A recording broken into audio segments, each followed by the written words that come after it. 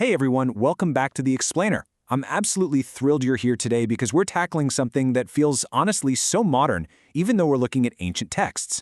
We're going to explore some profound literary works that dive straight into the exhausting reality of human striving. You know that feeling, right?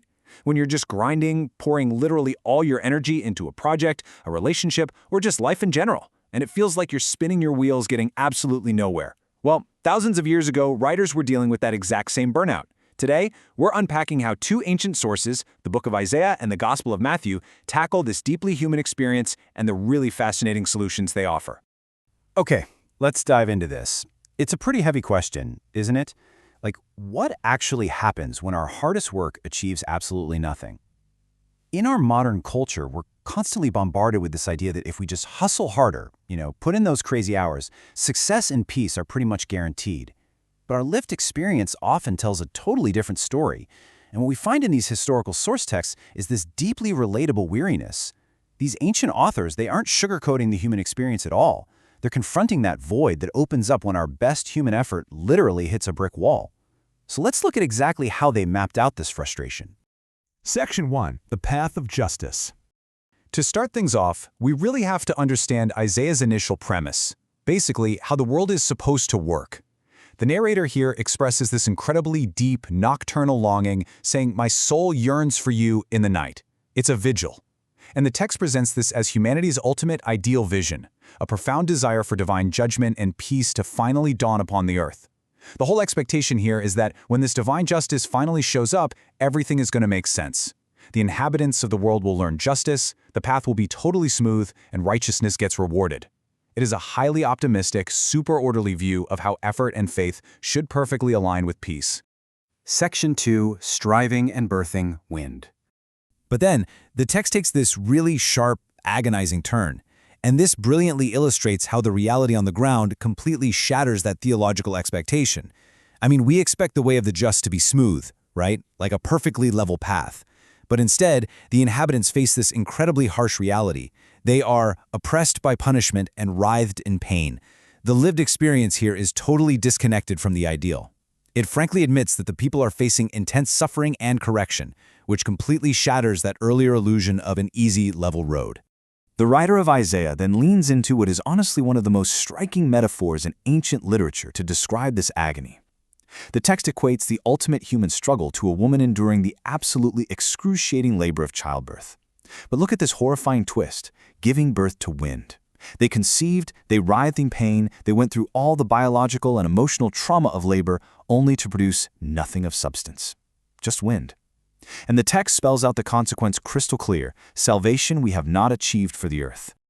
Let's pause for a second to fully grasp the devastating meaning of this metaphor. This perfectly summarizes the stark conclusion of Isaiah's observation. It's the ultimate futility. Despite all the anguish, the sweat, the tears, and this massive communal effort, the text argues that human effort alone completely and utterly fails.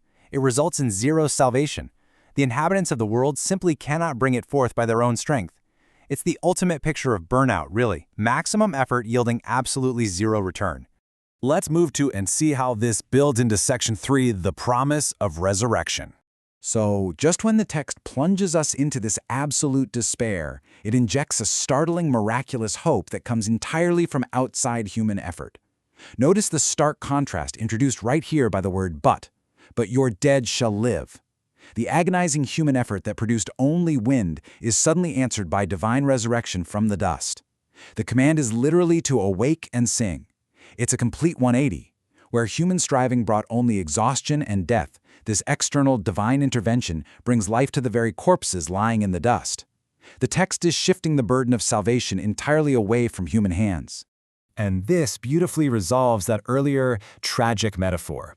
Remember the agonizing labor that only gave birth to wind? Well, now, a divine dew of light falls, and it's the land of shades, the realm of the dead, that suddenly gives birth. Where humanity failed to birth salvation, this gentle, effortless dew of light brings actual, tangible life to a dead land. The contrast here between the violent writhing of human effort and the quiet, life-giving dew, it's just a central masterpiece of this text. Section 4. Taking the easy yoke. Now, let's take a deep breath and just kind of slow our pacing down completely. We're moving from the grand cosmic drama of Isaiah into a space that is incredibly calm, grounded, and intensely personal. This brings us to Matthew's direct literary response to the agonizing labor we just witnessed. The speaker here, Jesus, directly addresses the very people who are exhausted from giving birth to wind, saying, "Come to me, all you who labor and are burdened." The focus shifts entirely away from demanding more effort, and instead offers an absolute unconditional promise of relief, and I will give you rest. It is a stunning counter-narrative to a world that's just being crushed by its own striving. Now, what's really interesting about this slide is how we have to understand the yoke. In the ancient world, a yoke was this massive, heavy wooden beam, sometimes weighing up to 40 pounds, that was forced onto the necks of oxen. It was the ultimate symbol of grueling labor and oppression. But Matthew's literary context flips this entirely. The yoke here isn't a tool of oppression at all. It's an invitation to a partnership. To take this yoke means to learn from me and to adopt a meek and humble heart.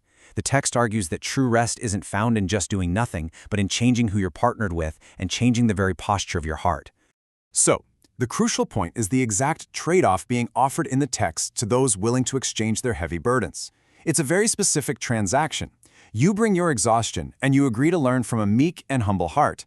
And in return, you find rest for yourselves. Why? Because, as the text claims, this specific yoke is easy, and this specific burden is light. It fundamentally argues that aligning with this humility removes the crushing weight of trying to achieve salvation, or even just meaning, all on your own. Which brings us to the ultimate question for us today as focused learners. We've seen the ancient frustration in Isaiah, right? That agonizing, sweaty, tear-filled striving that only gives birth to wind. And we've seen the proposed solution in Matthew, an invitation to literally trade that heavy burden for an easy yoke of humility and partnership. So looking at your own life and the things you're striving for, the question the source material leaves us with is actually really profound. Will you continue the exhausting cycle of giving birth to wind, or is it time to pause, rethink your partnership, and accept the easy yoke? Thank you so much for joining me on this explainer. Keep learning, keep questioning, and I'll catch you next time.